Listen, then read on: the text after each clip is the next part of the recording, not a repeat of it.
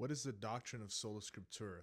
Maybe you've started to look into church history, or maybe you've heard certain Catholic objections to why the church separated in the 16th century, and you're wondering what the difference is between Catholicism and modern day Protestantism or evangelicalism. And I want to answer that question today. The doctrine of sola scriptura is pretty uh, simple, yet it's very fundamental to modern day Christianity and to Christianity from the very start. Some would say that the doctrine of sola scriptura started with the Protestant Reformation in the 1600s with individuals like Martin Luther, but you'll find that through the pages of the New Testament and the foundations of the Old Testament, the doctrine of sola scriptura doesn't start there. The doctrine of sola scriptura starts in the words of God, which he transmitted to his people. In the case of the New Testament, Jesus applies a very particular and what we call hermeneutic, which means the way we interpret scripture. And Jesus interprets scripture in a very particular way. The apostles interpreted scripture in a very particular way, and it's from that foundation, from their hermeneutic, where we draw the doctrine of sola scriptura. Some examples of Jesus' hermeneutic would be Matthew chapter 22, verse 31. He says to the Sadducees and the Pharisees, and as for the resurrection of the dead, have you not read, see the key word read, have you not read what was said to you by God?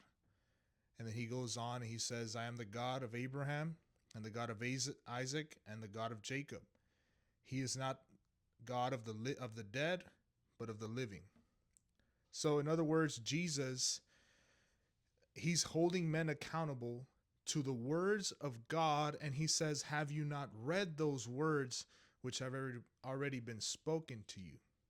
Jesus is applying the principles of what we now know as sola scriptura. Another example would be Luke chapter 24. Post-resurrection, some of his disciples encounter him on the road to Emmaus. And it says that these disciples, they didn't recognize Jesus. It wasn't allowed for them to realize that it was Jesus who was speaking to them. And Jesus encounters them, and they tell him, do you not know what has happened? And Jesus plays along and he says, no, tell me what has happened. And they go about telling him about Jesus, telling him about what had just transpired. And this is the way that Jesus replies. Luke chapter 24, verse 25. And he said to them, O foolish ones and slow of heart to believe all what the prophets have spoken.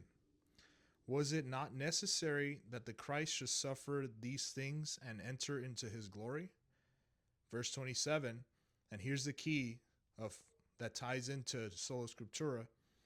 And beginning with Moses and all the prophets, he interpreted to them in all the scriptures the things concerning himself. So Jesus here applies a very specific hermeneutic concerning himself, and he himself is the key to interpreting scripture, and he holds them accountable to the prophecies that have already been told about himself.